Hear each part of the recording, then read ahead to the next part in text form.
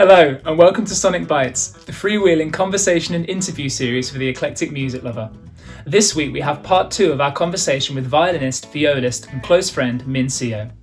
From buying your first violin to nerding out over the prices of our various instruments, we compare our different experiences with classical music and discuss the genre's musical ins and how someone who's not necessarily into classical music, not naming any names, Leo Kelly G, can start to develop an appreciation for the genre. As always, if you're enjoying the podcast, it would mean the absolute world if you could follow us on Apple, Spotify or Stitcher, or subscribe to us on YouTube, as it really goes a long way to helping support the show and allows us to make even more freewheeling content. We hope you enjoy it. I guess with violins, it's such a world that, I feel like you are much more intimate with it in terms of different types of violins and how it can change. I think by the time I was starting to look more into different types of instruments, I was already deep into the guitar world, okay. Where I was trying to find out like different types of electric guitar and different types of acoustic guitar, bass guitar. With my violin, with violins, you start out with like if you start at the age of 5 or 6. Yeah. So Suzuki violin, you said, right? Yeah. Well, Suzuki violin is the method, is the book. Right. But you actually start with a smaller violin, a quarter size usually. Whereas with guitar, you don't start with a half size guitar. Yeah. You know, they do make them apparently. Yeah. But like make smaller. You start with a big one. You just start with like what I found, like having taught a couple of people. Sorry, just as an aside, is that like so a lot of guitar learning you start with chords, but if you start really young, they miss out the low E and the A strings, and so for example the G chord where you fret, it's like the third fret of the E string, the second fret of the A string, and then the G string. You miss out those two, so a G chord is just a one finger chord on the bottom strings, essentially like playing a ukulele, which is the same thing. But you still use a full size guitar or normal size guitar. You use a full size guitar, but you just play smaller chords, and it breaks you into it slowly, because obviously you need quite a lot of finger strength to be able to span your hand across an entire neck, and when you're younger you don't have to. Even as an adult, I can't. Trying to learn chords in guitar, it's like the most painful thing in the world. It's hard because they're so close together. You don't want to. Yeah, exactly. But yeah, what was talking about again? Violins. You were talking about sort of like starting on a smaller size violin. Oh yeah, so you have like 16th size, 8th size, I think the smallest I've tried is a 32nd. Yeah, size. Like it's that granular, because when you get bigger, you physically get bigger. So you measure it by you have the violin out, you put your arm out, and if you can touch the end, so the kind of the curly bit at the end of the violin is called a scroll. And if you can get your hand around the end of the scroll, then that's the perfect size for you. From your shoulder to the or from your forearm. So when you place your violin normally where you're underneath your chin, your side of your chin, and you stick your arm out, and if you can touch the end of the scroll, that means that's the right size for you. That's kind of how you gauge what size violin you need when you're playing. Yeah, because when you play, you're like your arm's like this, so of course, yes, you need to be able to move up and down the neck. That's also how you know if it's too small for you. If you go way beyond the scroll, and you're like really bending your arm just to play on the fingerboard. Yeah, so I guess it's like clothes, like you can't wear the clothes you wore when you were 6. But so that whole like break out the tiny violins thing, like that's actually real. Yeah, as opposed to this like fake like. Literally, imagine hilarious. A 6-year-old kid playing a full-size violin. Yeah. Well, I guess you can. Yeah, but I guess the full-size violin is the best-sounding violin. I'm actually not sure if there are any three-quarters violins that are considered, amazing. You do have Stradivari 3/4 violins. I was going to say, do they exist like Stradivari? Oh yeah, they made different sizes. Yeah. But I've got a different view about perfect size for instruments, because there's always you have to look at the history of how they've built it, and just from the books I've been reading, you think about, first of all, they are designed for men, so a lot of instruments are designed for the comfort of the generic kind of anatomy of men. So a lot of female players might find it difficult might find it more difficult than male players to play just in terms of size violin. In terms of the width, the size, the width of the fingerboard, the side of the actual body of the violin, and just everything from the length of the bow. It depends on the people who played at the time, and they also it was men. Not just violins, double basses, Exactly. I find like 3/4 double basses are totally fine. Like I've attempted to learn double bass like properly. You have one. Just there's an electric stag. There's nothing like a big boy, you know. Yeah. And it's so much more physical, and it's the same realm of instruments, but yeah, it's just way too huge. I found it. So I found it Full size. fascinating, but also it makes perfect sense when my viola teacher, she had a custom made viola from China, and to be fair, modern string instruments are actually really good nowadays because they've got all this technique down, and the wood itself, they know how to what kind of wood to use to make a really decent sound. And she's got because she's got small hands, but obviously you want especially as a viola, you want the sound to resonate. So she has a big bodied viola, which is quite short. So her because her arms are quite short and the fingerboard is quite thin, so she can actually like play all the notes, and it was perfect because she can play all the notes comfortably without straining any muscles, but then the sound itself would reverberate around this big bodied piece of instrument.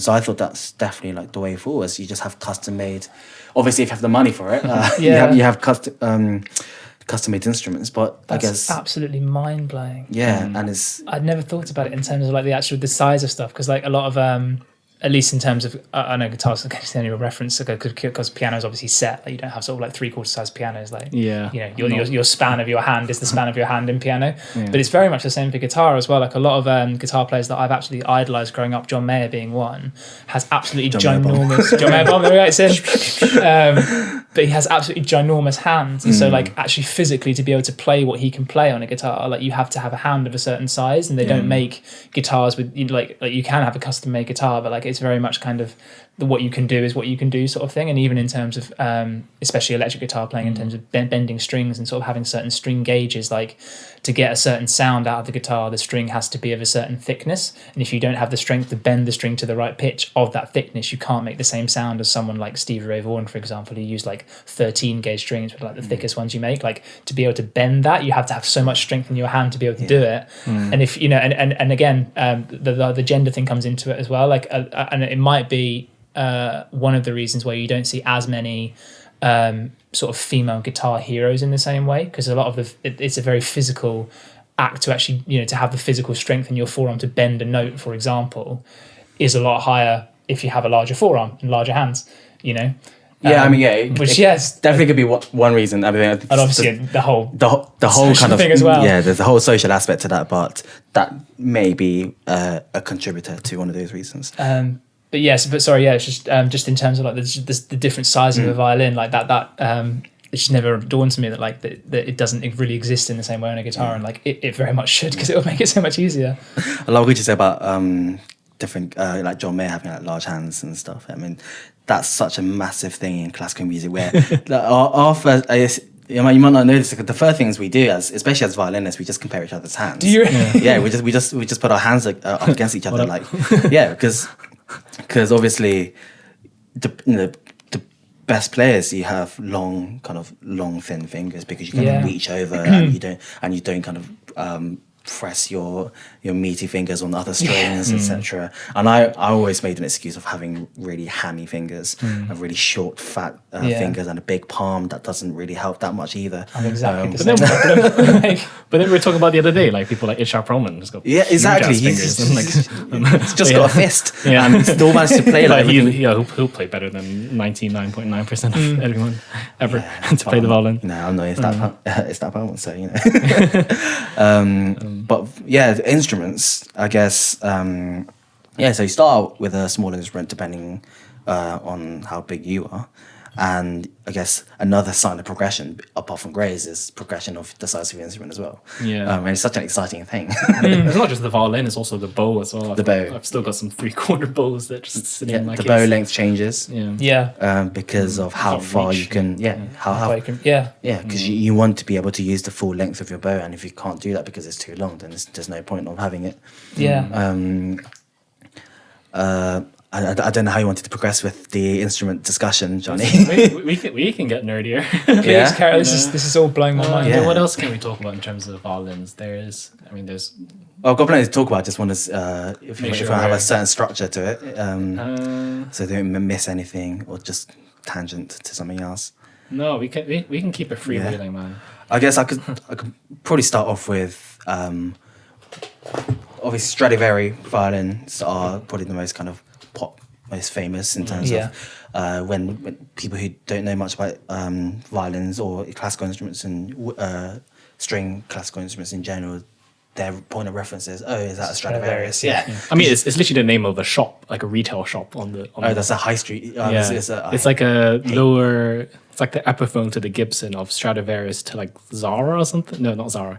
Like Stradivarius. It's of another shop of like expensive clothes. Yeah. I hated that. I was like, it makes no sense. But yeah, so.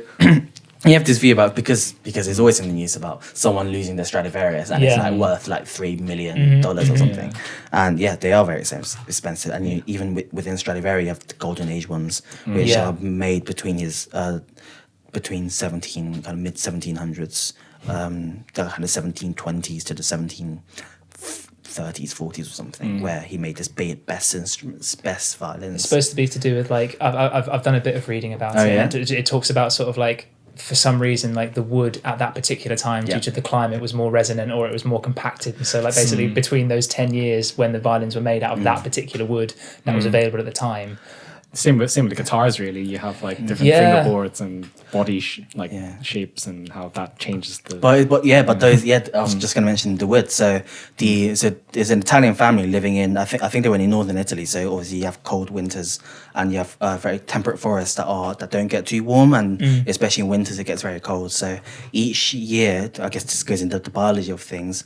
And when you mark tree rings by age, the rings are basically this is the cambium of the tree that grows, and you have these cells within the cambium that grows up to a certain size, and it basically leaves a mark, and that's why these rings exist. And in these forests, when you don't have a lot of sunlight and it's very cold, their growth is very they have very slow growth. So these lines, these cambium lines, they are very close to each other. So, and I think they talk about the short spaces between each ring on the trees helps with the resonation of the sound, because is that a word? Resonance. Resonance. That's the one. Resonization. But because I think obviously also slow growth it's also slow as steady growth. So I think the evenness of the spaces between each tree ring and the small spaces between it really affects the kind of the resonance of the instrument itself. The resonification. And that's one of the main reasons the main reasons people give about why these violins sound so much, or sound a certain way, and why they are valued at such a price. But when you get to a certain level, it's in terms of tone, there's not too much of a difference. It is mostly about resonance. You have plenty of good violins that haven't that have been made recently or in the last 50 years or 100 years that sound beautiful, but then you put in the context of a concert hall, and some people might not know this, but you don't mic up a violin when you're playing with an orchestra. And if you consider this small tiny instrument against a whole backdrop of multiple instruments, you feel like maybe they should be mic'd up. But these kind of older Stradivari and other instruments, the reason why they're so expensive is because they can resonate so well to the back of the concert hall, and that's the main difference. If you ever watch a recording of someone with a phone recording one person playing a really kind of expensive violin and one person playing a very well sounding but maybe not as expensive violin, the difference is you can't hear the other one. And that, I mean, that it does extend to recordings as well, when you have to pick up things on a microphone and project it out. And so say you're the Vienna Philharmonic doing your New Year's Day concert, and you're in a park.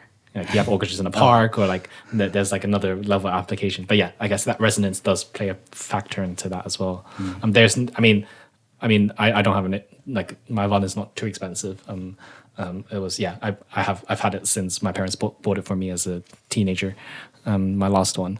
But there's no better feeling of speaking to the halls and the like the venue that you're playing violin in. There's no better feeling than like playing a note and then having it like really sound good. I mean, not even just the concert hall, but even if you're in the right room, Oh yeah. And just like some days I'll be like when I was practicing growing up, I'll be like, why do I sound so bad? It's because the room is just dead or something, and there's no like. I hate studios. I hate soundproof rooms. I hate where there's deliberately there's no sound reverberating around because everything's mic'd up, everything's plugged in, and you want the pure sound, the electronic sound. Where with the acoustic instruments, the setting is. I mean, you record a lot of classical music. I mean, film studios. A film music you might record in a studio, but a lot of classical music you record in the church.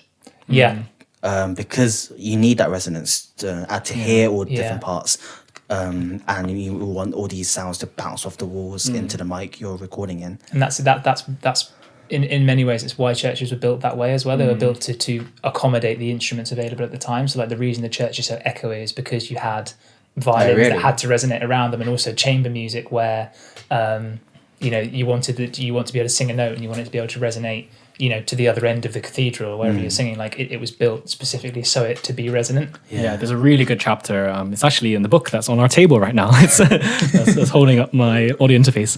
But it's your bookmark is how music on like page. Oh no, not this book.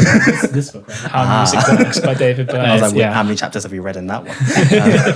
0.1. It's a really nice like metaphor for the podcast. That like the book is literally holding up the podcast. Like this is how it works. It's that. Yeah, this is how music works. But it's How Music Works by David Byrne, who's in the lead singer of Talking Heads. Oh, right. And he's got a very holistic understanding of music. I think in general, not to say he's an expert, but but he knows a lot. And I don't want to pull a Ben Shapiro but. He talks. The entire first chapter is talking about the context of music and where you play music and how that literally not just affects the way the music sounds, but determines what type of music you actually make. Yeah. Okay. So if you're playing in a hall, you're gonna play a certain type of music. Like if you're composing an opera for opera hall, then you compose it that way. Okay. If you're making like a funk band recording, then you're making this. Like just to put an extreme example, the venue itself basically dictates like the kind of music you make. So I thought you meant context in terms of your not the venue as in your kind of surrounding environment, but when you're talking about actual venues, is that these pieces of music are going to be played in? So or just anywhere you play music, whether you're someone like if you're playing outside, if you're playing inside, if you're playing like. He was talking about he started playing in a lot of sort of like grungy clubs and places like that, and so like he wrote music that would not consciously, but you subconsciously write music that will sound good in a grungy club, for example. And he was saying like jazz music, for example, when it started was it was played without any amplification. And so if you had a singer, they had to be able to sing really loudly because they had to compete with a trumpet and a drummer and a bassist. And then hence the singer is the violin in the other context. Exactly. And then like as amplification of music like comes in, like the music changed. So like stadium rock, for example, like because of the way that stadiums are built to house like football players and things, football games, sorry, like the music becomes a lot of house football players. House football players. That's just the players. They just That's how. Have you ever seen a football player in a house? They all just live in the stadium. They just come out and play. That is true. But the music becomes like basically if the amplification or the reverberation is bad in a certain place, like the music becomes more simplified because you have to have something that will reach 300 feet to the other side of a stadium kind of thing. And obviously to go back to the violin thing again with the whole church, that was basically because you have a church built in a certain way, then the violins are written in that way to resonate in the church basically. So that was a massive aside. There is. I mean, to bring it back to the Strads, I watched a video recently of Ray Chen again, just to bring him up. Ray Chen. He's a big online presence. He's a Taiwanese Australian violinist. Yes, very young. He's on like YouTube. He has a YouTube channel, but he's also like signed to Decca. So his Instagram's great. Follow Ray Chen. That's the if anything.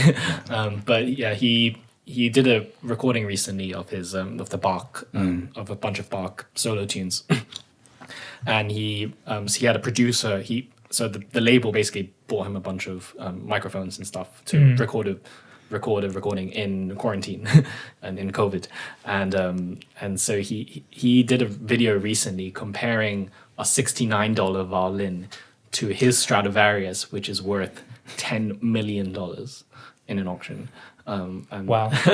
and so he was recording, and the producer remoted into a session to record the track with these amazing microphones and preamp or whatever. And then for one of the recording takes, he pranked him basically and took out the $69 violin and really like went in with the prank. Like he started playing like one of the Bach partitas. And just a test to see if the audio engineer could actually hear the difference. And the audio engineer was like, you sure we've like, did you like change anything to do with the microphones or this positioning? Because it's not really sounding. And he was like, no, I didn't. And then in the end he was like, okay, I was just playing with you. that was a $69 violin. It's actually depressing what he can do with a cheap Oh violin. yeah, still sounds really good, but it's because you always blame your instrument, your strings, your bow, your fingers, like everything you can. Yeah. But then you hear someone actually play on a shit violin, and you're like, oh. Yeah, but it's still amazing how like the room really affects like it really changes even just a perception of like how well you're doing. Oh yeah. You think you're doing so well when you're playing in like a bathroom. Yeah. That's like my go-to if I'm ever depressed about my playing. I just go to my bathroom and I know like, oh, it actually sounds alright. Yeah, you just sound incredible, really nice, and you're like, oh, I want to do this for the rest of my life. I'm gonna go to a conservatory and be great. Yeah. So you've ever, I don't know, I've done this a couple of times where, so on the way to my violin teacher's house, there's a underpass underneath the A3. And every time I come after my lesson and I walk back home, I used to just get my violin out on the underpass and just play. And like, just for a bit, because I was afraid of anyone coming in and, just harassing me. Yeah. But it's like my favourite thing to do, just in an echoey tunnel, playing something. It sounds so much better than it should. Apparently, there's a bit of like pop music trivia for you. The Sound of Silence written by Paul Simon and Simon and Garfunkel. The first line, the whole "Hello Darkness, my old friend," that was because he used to do the same thing. Like even as a guitar player, he'd go and sit in his bathroom because he liked the way that the sound bounced off the tiles in his bathroom. So "Hello Darkness, my old," so he wrote that song in his bathroom. So it pervades. It's not just violin playing, but like anyone and singing in the shower. I guess it's the same sort of like it sounds really good in the shower, and maybe it's to do with like the the bouncing off the tiles kind of thing. Yeah, it's so relatable. Yeah. I mean, if we're gonna talk about venues, I think it's worth talking about like concerts and maybe comparing those type of things. If I go back to instruments for a bit. Oh yeah, of course, yeah. Let's bring it back. Let's bring it back to instruments. I guess the easiest way to explain what I wanted to do, what I wanted to do was just go through the process that I went through to buy my violin, for example. Oh yeah. So I mean, for the first full-size violin I bought, it was just my parents went and found got recommended someone by my violin teacher, and we just bought a second-hand violin for like £750 or something, and that's cheap for a it's kind of cheap for a violin. For most good instruments, I think that's pretty good. Yeah, exactly. And then when I got my, I guess when I was going to university, I wanted it was kind of a gift basically that my parents promised me, that I would get a decent priced, a very kind of decent sounding violin, because that's something I always wanted. And it was amazing because you go to the shop and you try out these violins within your budget. And choosing a violin, and actually to be more specific, choosing a bow, it's the closest thing you get to of being in the Harry Potter world, of choosing a wand. Yeah, it's exactly the same thing. The bow chooses you as much as you choose the bow. So I guess starting off with the violin, you can hear the difference in terms of resonance and the timbre, the quality of the sound, as your main indicator of what you want to choose. So you have a luthier or someone in your violin store can go through the kind of the features of the violin in terms of a sound. So they'll be like, oh, this one is obviously made whenever by whoever at this certain time, and it's kind of good for solo violinists because it's got a bright sound, and it resonates much better, and it's got a very clean sound, for example. And then you get recommended something else, and they'll be like, this is very good for orchestral playing because it's more. The tone is smoother and it really blends in with the surrounding sounds much better.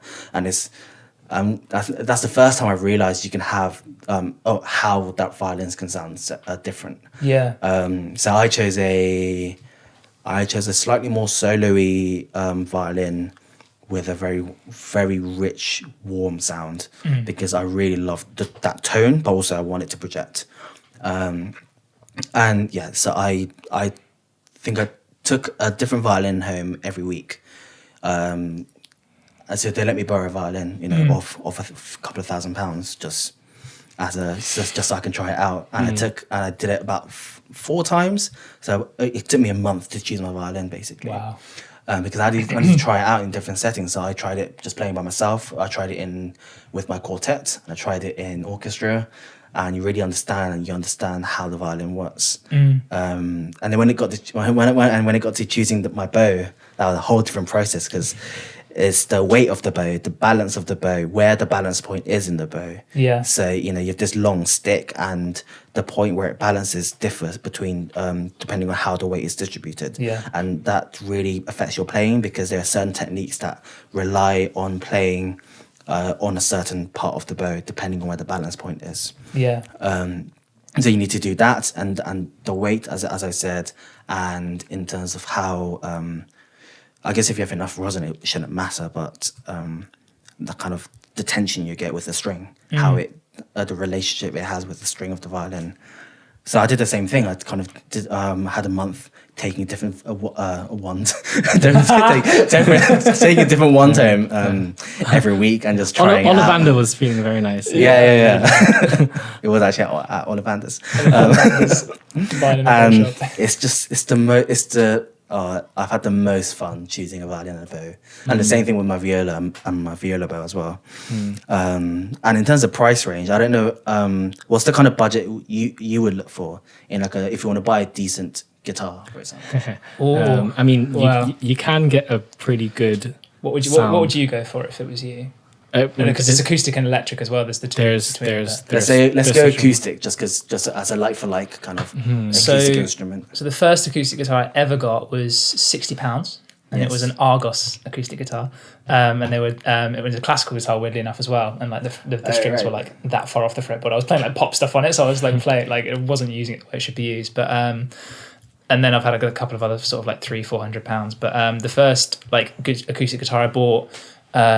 With the intention of using it professionally at weddings and functions and in sessions was the one I have at the moment, which is my Yamaha AC4, and that was £1,500. Okay. Which for an acoustic guitar, like they can go up to, they can get silly. When you get to right to the end, you never get a guitar for the same price as a Stradivarius, for example. But like the high end Martin stuff goes to about £5,000. Yeah, but you have vintage stuff as well, and you have vintage stuff that you can and which is Strads, I guess. And there are sort of famous guitars as well. You have like, but in terms of the kind of valuing it at its kind of quality value. Yeah, for me, the tipping point is it would be like about £1,500 I'd probably spend if I wanted a good guitar that wasn't to be used for like purely virtuosic playing, just as a workhorse guitar that I could use for like live stuff and sessions. I'd probably spend about £1,500. Okay, I actually got it for £1,100 because it's Black Friday. But always Black Friday deals on instruments, mate. Like they even they definitely don't get that in a string shop. Oh yeah, that's a completely different ballgame. God. I think a lot of the value sometimes, unless it's like a vintage instrument, comes from like customization. So if someone's literally building a guitar from you from scratch, that's like, and that literally fits exactly what your specifications. If you're like Julian Lage or something like that, like who has a person in the US who Builds him imports a the guitar. exact type of wood and creates it for, like, similar to, I guess, if you have a violin made for you by a luthier that's like a really well renowned. I don't know what ones are alive nowadays, but sometimes the price can skyrocket there if you're at that level. If Yeah. it, or if of whatever level means, but So would that kind of customization be more expensive than the most expensive non-customized guitar, for example? yeah, I would say so. Yeah. Okay. So, yeah, I mean, it's interesting. Like, people will maybe create a custom guitar for someone, but it might not be the only one that they create. And also Yeah. sometimes they, especially with electric instruments, I don't know what it's like for acoustic instruments, but electric instruments, you create a custom guitar. If a company or creates a custom guitar, they might actually sometimes just make it for free, or as a that particular model is like a prototype to be put onto the mass market.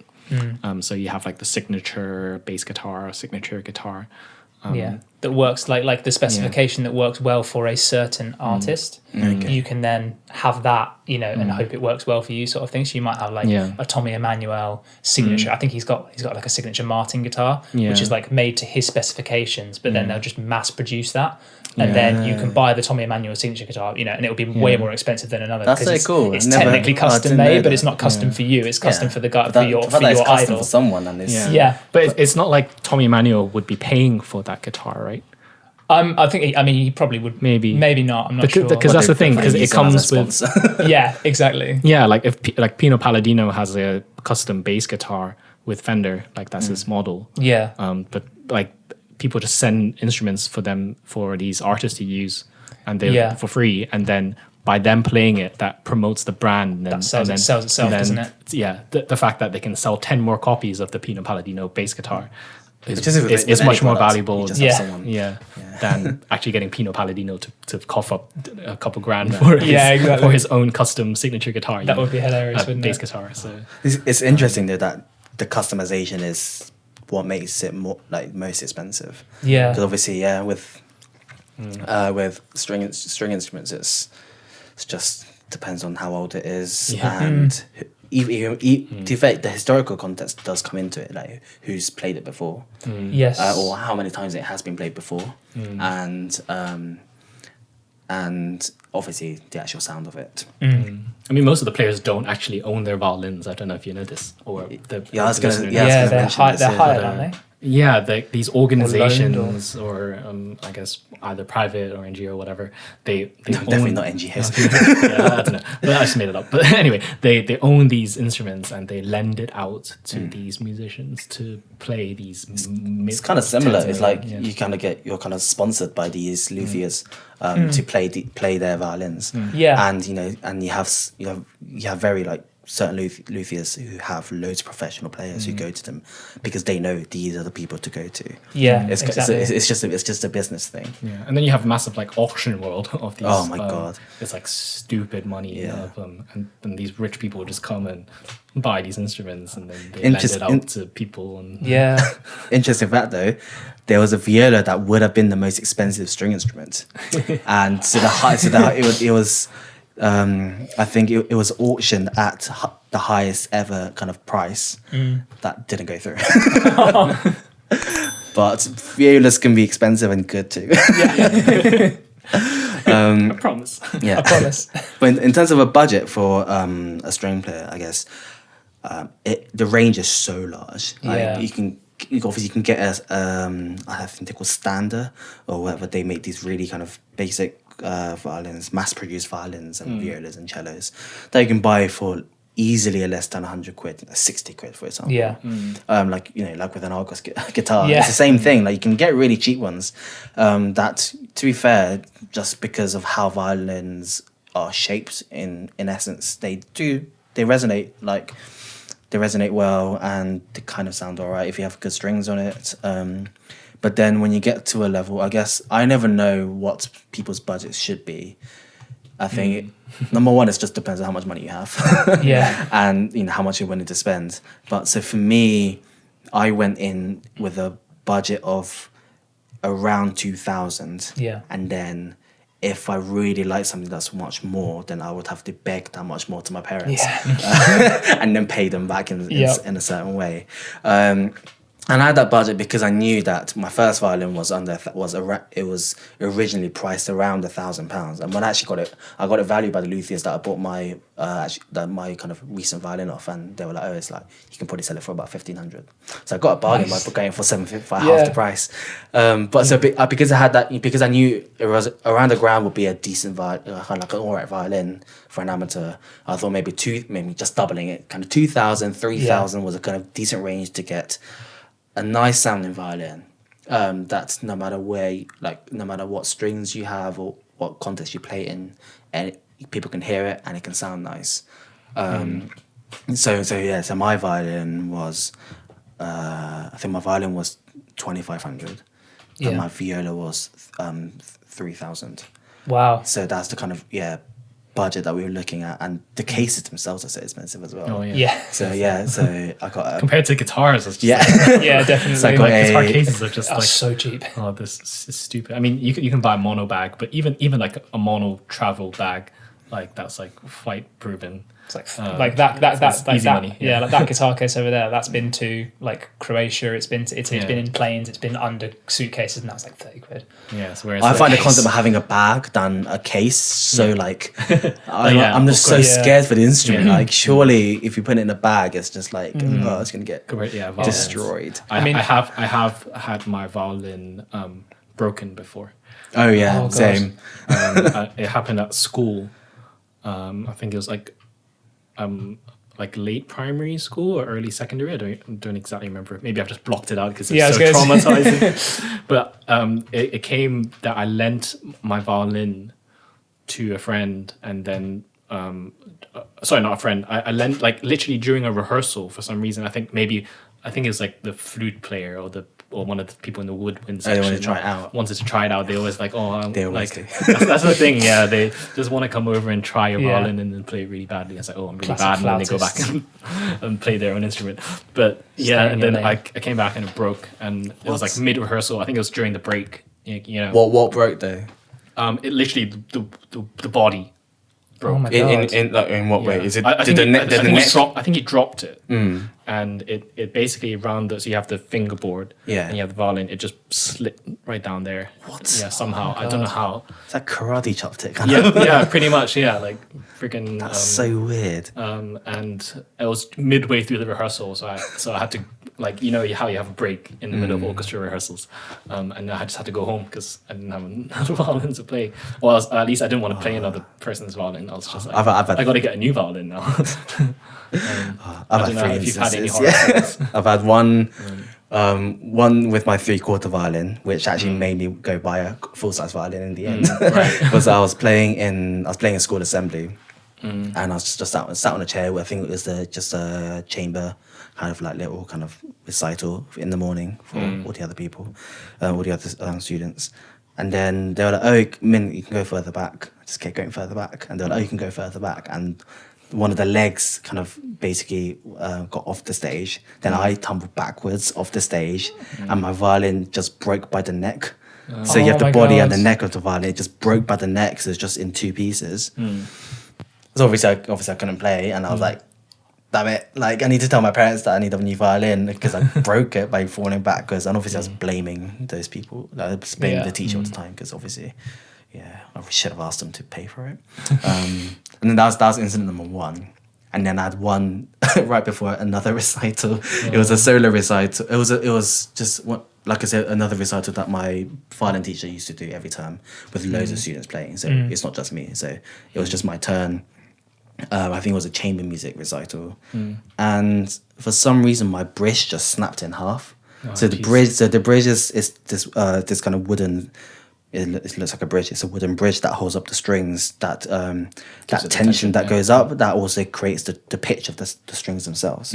And that just snapped in half. And then, to be fair, my violin teacher drove home. And obviously he has spare bridges. And classic. He had everything. I was so jealous. I wanted it home. He had all every kind of piece of music you wanted, all the parts you wanted. There's like even the what's it called, like the tone bridge or something. inside the violin.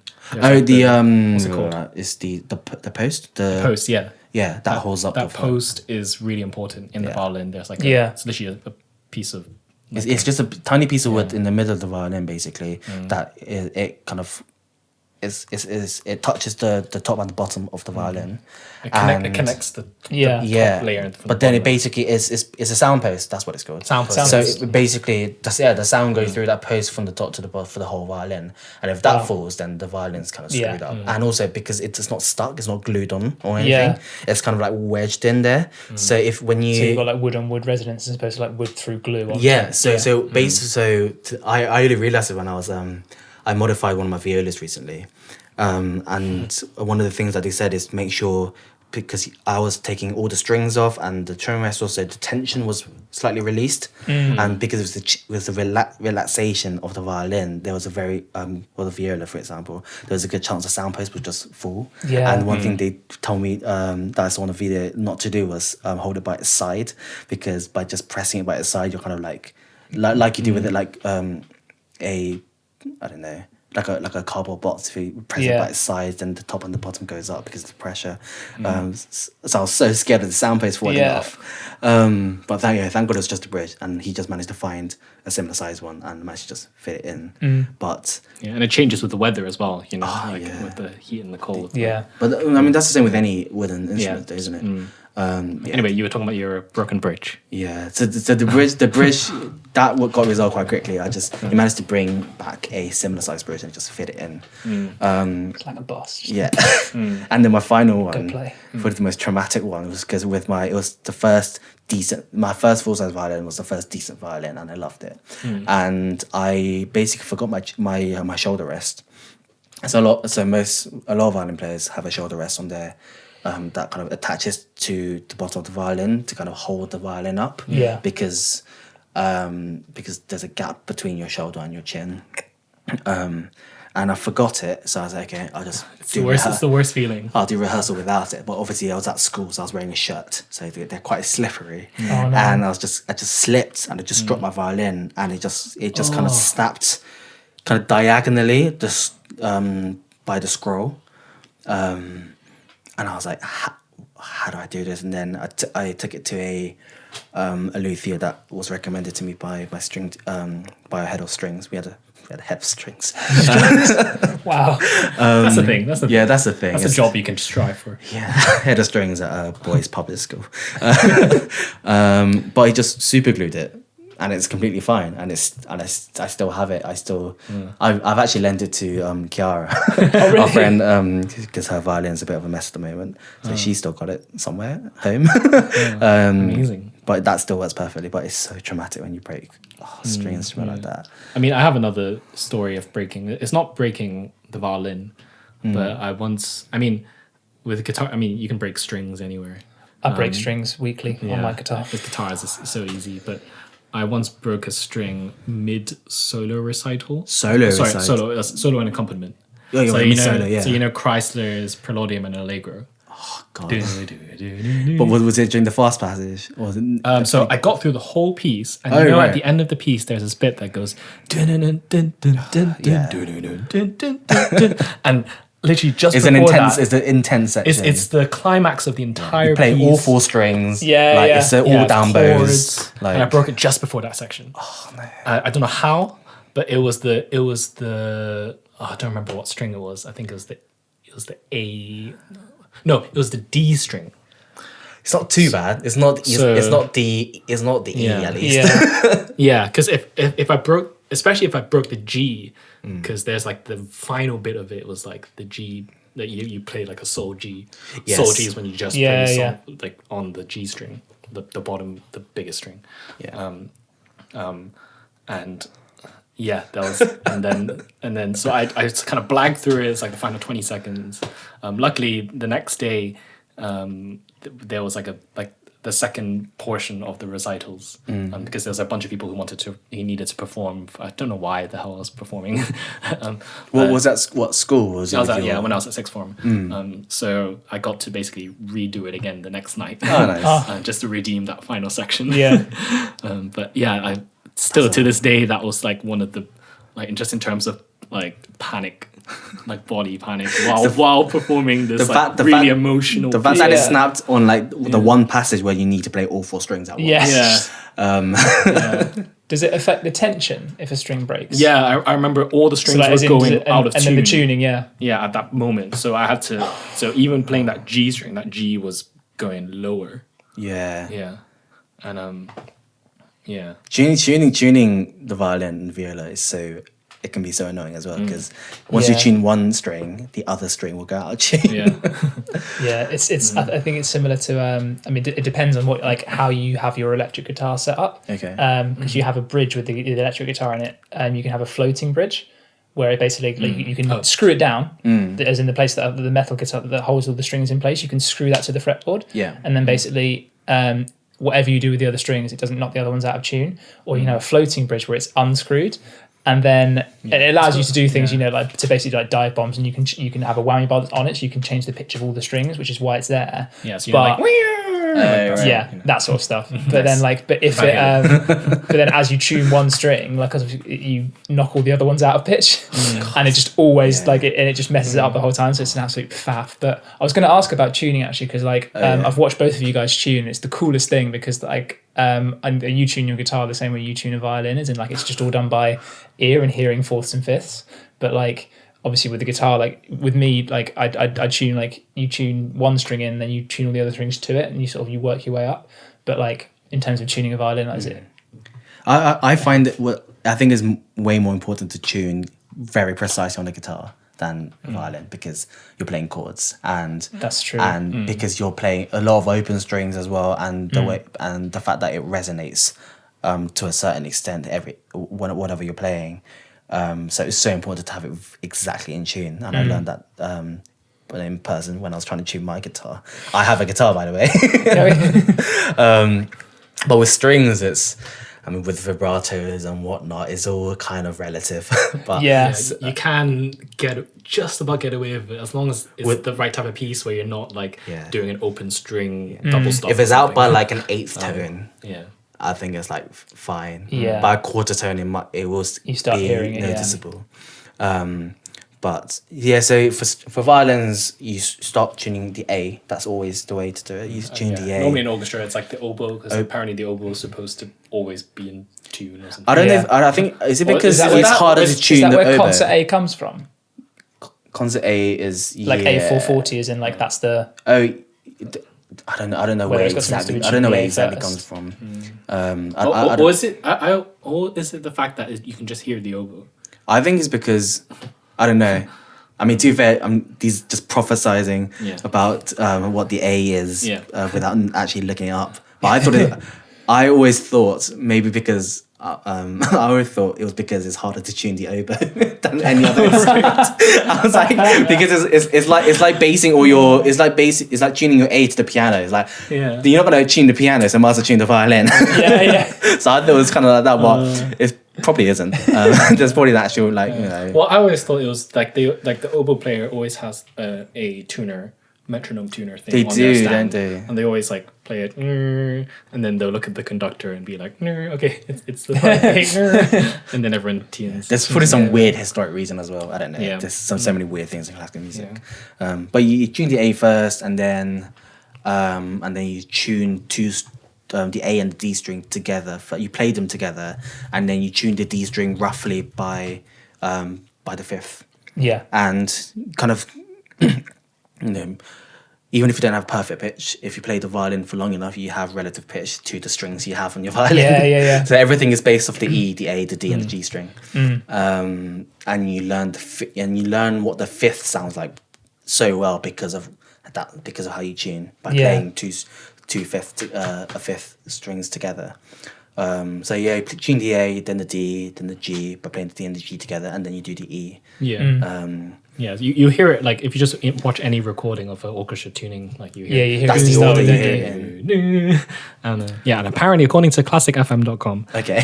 which, love Classic FM, by the way. It's absolutely- Live fact checking on Big the up podcast. Classic FM. It's but yeah, big up Classic FM. If you want to get into classical music and you don't listen too much of it, just turn on Classic FM. It's great. They only put on the hits. Well, most of the I mean, I guess you can't just go in and tell people to listen to this like Shostakovich, you know.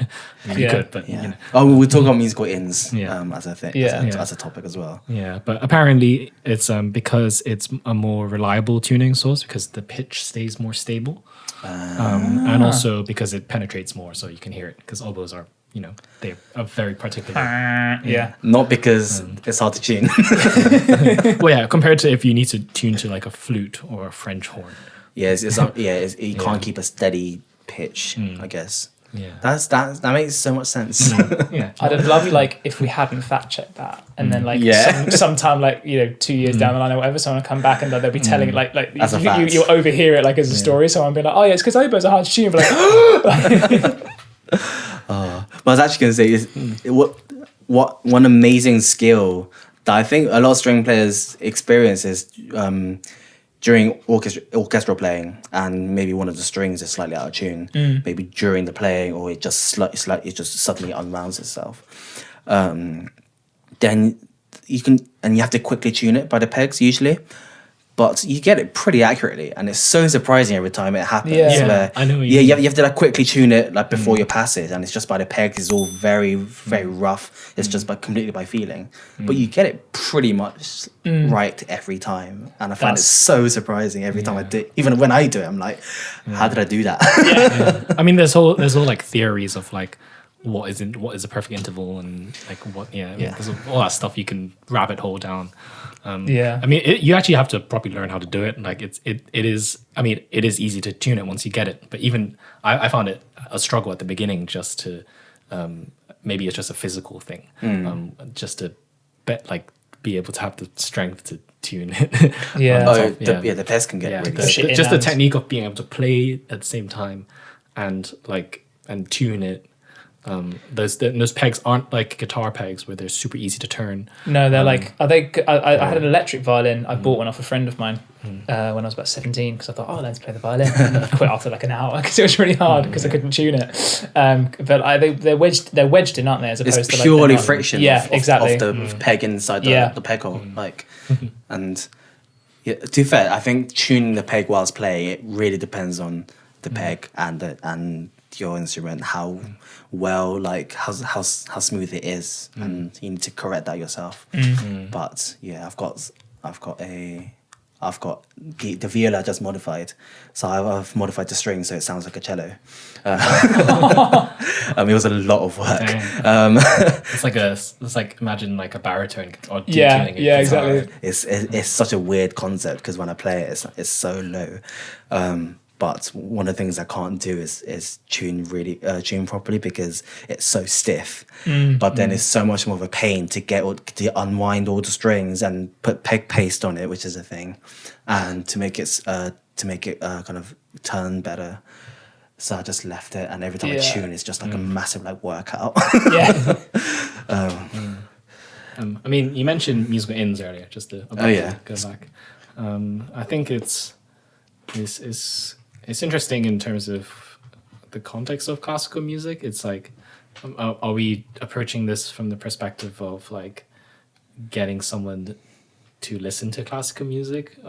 It has to come from a certain desire to want to listen to that type of music in the first place. Yeah, I guess we have to choose one. Yeah. whether we want people to get into classical music or understand why people listen to classical music, or I don't know. Depends. Yeah. I guess if you understand why people like a certain type of music, then you're more likely to then appreciate it yourself. And I've listed a few kind of examples of classical music that people would definitely have heard of. And it's an example of classical music that you hear on a day-to-day basis from your surroundings. I think that might be a way to get into it. Yeah, I guess with music, you just have to listen to it and just enjoy music. it. Yeah. I think the thing with classical music is that I listen to it very much differently from the way I listen to any other type of music. I think, personally, maybe it's because I've grown up with it, so I'm very, very biased to someone that's maybe just listened to other music their entire life.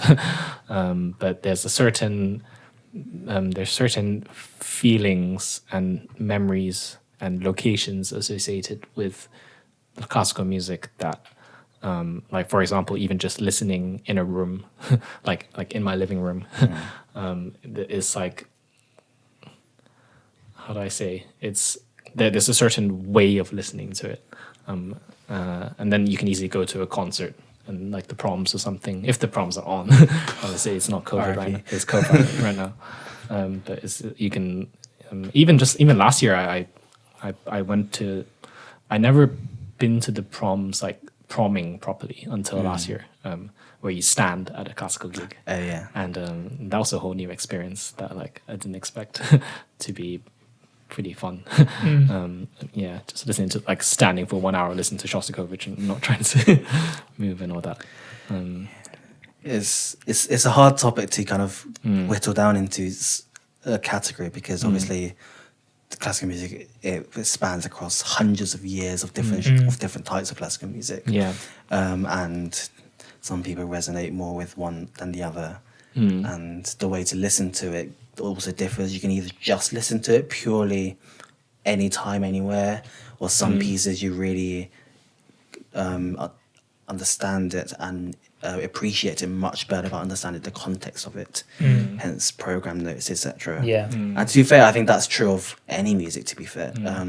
With any composer, like or any singer-songwriter, why they wrote that piece of music, in what context. I mean, it might not always be public. I think that's always that's why it's so hard to get that kind of information, because they depends on the documentation. The songwriters themselves have to make it public for you to understand the context of the music that they create. For example, James Vincent Montmorrow recently released a single a couple of weeks ago, and that was kind of preceded by like an Instagram post about how he never understood his style of music, and the first time this is the kind of mood and kind of a piece of art that he wanted to create, and that really made me listen to that song differently. Because I think it just sounded like any other pop song. I think it was alright, nothing like special. But then because of this context of this artist that I like, and how this artist came to create this piece of music, I don't know, I kind of put some kind of different meaning to it when I listen to it. Yeah. And that's the same with any classical piece of music. It's much better if you actually understand the context of that piece and that composer at that time, which you can't always do. Which is the hard bit.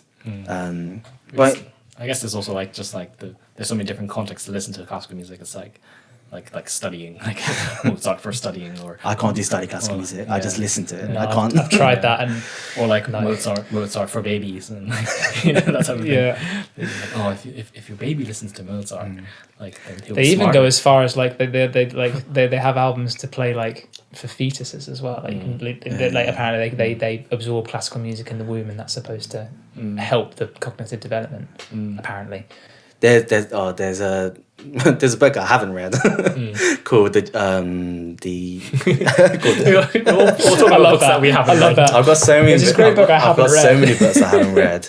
It's called The Gendered Brain by Gina Rippon, who's a neuroscientist. Sure. But I kind of know about the book because I went to her talk about. I went to kind of like this book kind of thing event when she talked about the book, and one of the things is the response of babies inside when they're still inside their mothers, like what they can respond to, essentially, which is amazing. But anyway, I mean, I can talk more about it if I've actually read it. So, but in terms of, I guess if we first talk about classical music that you can kind of listen to anytime and instantly kind of, I don't know, can easily connect with. So I've got like a very short list of maybe classical music that you've definitely heard of in films, for example. So for example, Ride of the Valkyries, Of course. It's a piece by Wagner, who's a German composer, Yeah. who was alive around the time of Hitler, basically. Yeah. Yeah, right. Hitler loved Wagner. He came a bit beforehand, I think. He was in the Okay. 1890s. But I know that like Hitler, Oh, okay, so he he's- had the whole like nationalist thing, and Hitler was like, "Hey, I like that. Let's play Wagner for the Wagner at was. the Nuremberg rallies and things." Yeah, he was completely Victorian times, but Yeah. he was a German composer. Yeah, well, it's similar to like I guess Shostakovich. He wrote like loads. Like the one that I went to listen in the proms was literally depicting war. Yeah. which is pretty crazy and like actually like it is what you think it is. It's like so loud and so quiet sometimes as well, and it's haunting. Anyway, Yeah, and that was in Apocalypse Now. You also have Also Sprach Zarathustra by Strauss, the 2001 Space Odyssey. Yep, The yep. Yeah. we listened to that at the Barbican, didn't we? I've been to one classical music concert, which was with you, me, and Beatrice and Tom. We saw New we listened to Symphony. Mahler. Yeah. Mahler 9. Mahler. I think it was Mahler 1. Yeah. Which is the Can't remember what that sounds. And the New World Symphony as well. I think we listened to that was yeah. there as well. Oh wait, was it new? Okay, That's maybe it Dvorak. wasn't Mahler then. I think it was because they definitely played that ba ba ba ba ba. That was- Then maybe I was thinking of a different It's a concert. good mix of different composers. Yeah. That's No, because I can't imagine a program where they play Mahler and New World Yeah. Symphony. So I must that be stood getting out the to me concerts because I like mixing that, when I was mixed up. listening to it. Yeah. I recommend everyone to just listen to any Strauss. It's just yeah. Strauss waltzes. Any waltz you've listened to, Yeah, any so Viennese as well. you'll instantly recognize, And you'll that's understand all Strauss. the Yeah. original titles. With your German. Yes, I would, wouldn't I? Exactly. Under Thunder and Lightning, yeah. Der Danube. The river, yeah, or the Danube, yeah. But even like We're picking such basic Strauss pieces. yeah, exactly. But even like it's music that you might consider just film music. That's actually classical music. It's like Shostakovich's Waltz Number 2, which came out as the main theme tune of Eyes Wide Shut, which is Stanley Kubrick's last film. If you listen, That's a film I haven't watched. but so that's where it came out first in terms of the film context. But if you listen to it, I'm gonna have to ask Johnny to edit this audio in when I play this. But just so Leo can hear it. So this is a cello solo version of it. I won't talk, but if I recognise it, I'll nod vigorously Yes. for the people at home. I'd have to wait for the ads to end. YouTube ads. Oh, that's another ad. Incredible. It's okay. We'll keep all of this in. It's all good. Okay. It's a podcast. We don't have to be.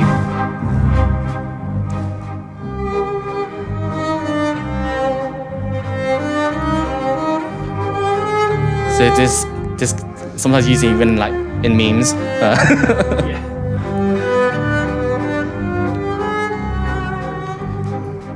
Yeah. Yeah, but yeah, it's So I got a system overload. The audio engine was not able to process all required data in time. Can you press OK? Yeah, and it's just stopped recording. Just press record again. Let's see. So yeah, it's recording. Okay. Yeah, Cool. it's all good. So yeah, there's plenty of classical music that you know is classical music, but there's also others that you think is just film music. Yeah. But they're just it's all in the same thing. Just sneak it in there. Yeah. But even you get it in like TV, films, even in adverts. Like, Yeah. You can you have so many ins. You always hear it. It's just whether you acknowledge that that's classical music and you can enjoy it. Yes. And maybe if you want to look it up, etc. I think the hardest thing is for people to look up classical music. Yeah, Yes. it's daunting. It's impossible if you have no idea about it. Like there are loads of these games where people just type in da da da da or like da da da da da, and you have to guess what the piece is. They really should make it like a Shazam for at least Classical Shazam would be really, really good. We did once when I was in that quartet that went to the competition. We played a Mozart piano quartet or quintet, but I don't remember now. But we played it into Shazam, and they actually recognized the piece that we were Oh, playing. really? And that was before the competition, and we were just like, okay, maybe we're doing this right. I always Maybe think that's we're a saying nice it right. it's a nice compliment to stuff. It's the same like when if I upload a cover on YouTube and like I get not a copyright strike, but it says like, oh, this is this song kind of thing. It's like, okay, good. Like, it sounds enough like that song for them to go and then to recognize it. It's a good form of validation. Yeah, exactly. Like, can't monetize it, but at least it's recognized as that song. But in terms of maybe if you want to have an into the world of classical music, I think what Leo mentioned in part 1 about two-set violin. Yeah. So they're the YouTubers who were classically trained violinists who were, semi-pro, playing in orchestras and whatnot. But they've just have this YouTube channel where they, they go through memes and they kind of mock stuff that within the classical world that people people find funny. But yeah, I think that's a great way. I don't know what your experience was when you first got in, kind of watched a two-set violin video. So the first one that I watched was I think it's one of their most viewed ones, which was it was the guy breaking the world record for Flight of the Bumblebee on the I think it was like a $5 million violin that was like encrusted with diamonds, and it was an electric violin. And it was just the way that I found it opened so many different avenues in the way that they broke down the fact that like, okay, well, he's playing an electric violin for one, so you don't have to worry about projection and resonation. So like all of a sudden it's like, oh yeah, that resonance. Oh, you've got me doing it as well now. But then he was also that's a thumbnail for this resonation. Yeah, resonable. Resonificization. But then sort of the whole idea of like playing fast in terms of playing violin, that was something that I'd always found really impressive. It's just, it's just a sort of I think it's just a sort of human reaction when you see something happen really fast. You're like, oh, that's good. Where it's not always the case, and so like, they sort of broke that whole thing down as well.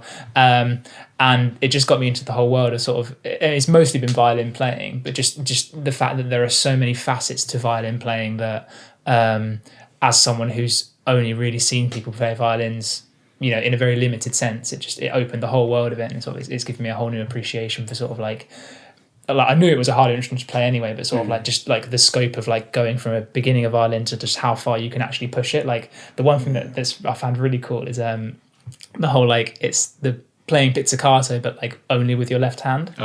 So like playing like bowing a note while plucking other strings on other notes, and like I just remember watching someone do that for the first time and just being like, that's disgustingly like how like even now though, like I was never taught left hand pits, and so when I first saw it, like I was just like, this is a thing. Like how is this possible?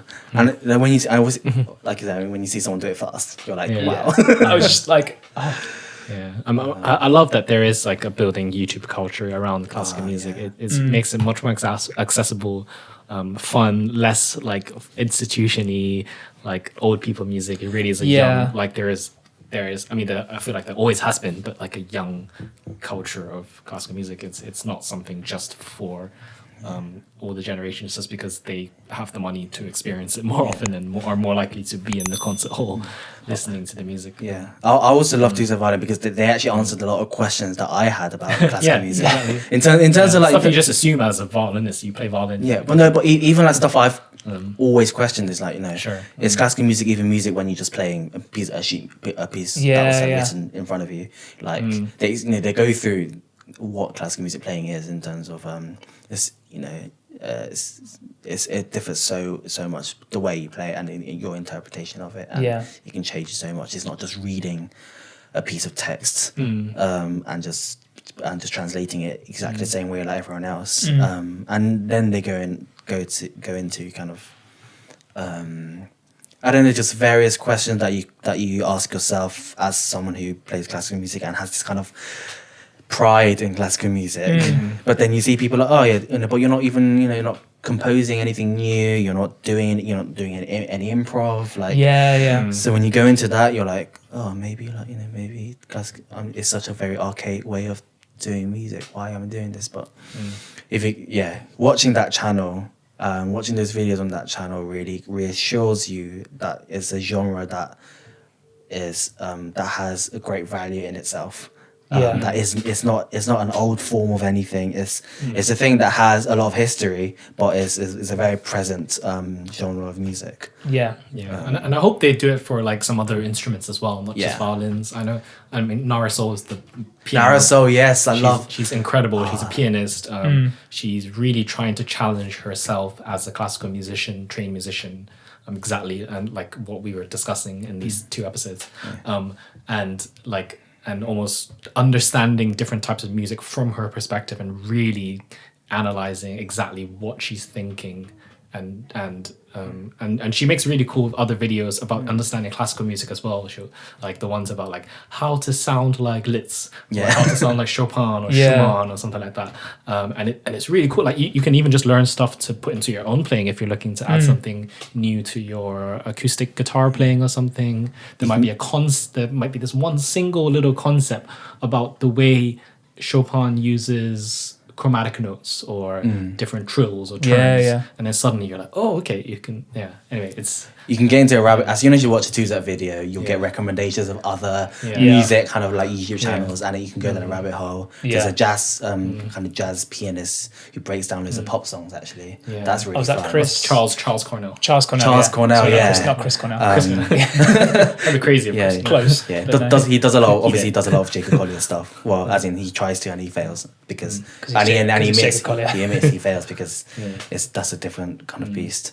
But you can definitely get into these. There's the same way you have science communication. You have, just because my job, psychoms is such a prominent thing. It's the same with music. Music comms is such a huge thing, and you have people who've professionally studied and still perform music as a profession, or classical music, for example, and have a YouTube channel or an Instagram account that really it makes you connect with that kind of music. So instantly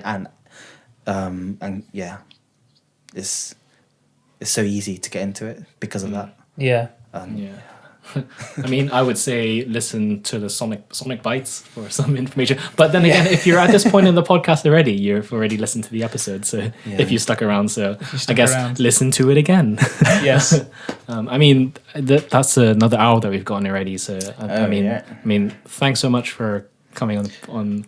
I'm sure we'll want you back soon, because there's just so much stuff to talk about. The stuff that's on my list at the moment that we haven't gone through, but and I'm enjoying the comparison that we can make. It's not just classical musicians talking with classical musicians. Exactly. It's it's trying to draw strings and draw parallels. I'm also aware that I'm calling myself a violinist and classical musician when it's not I don't know. I always feel like I can't call myself that.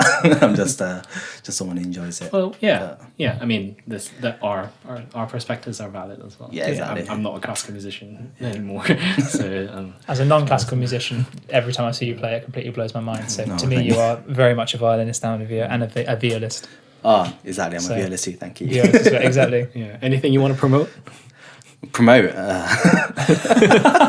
I don't know. Normally when we have a guest. So I don't have an EP or an album. Album by Min coming out. Just Min, of course. Prince. I also don't like to promise anything because I never get anything done. I mean, you can go listen to Mincio on Spotify. Same name. It's not him though. They're not.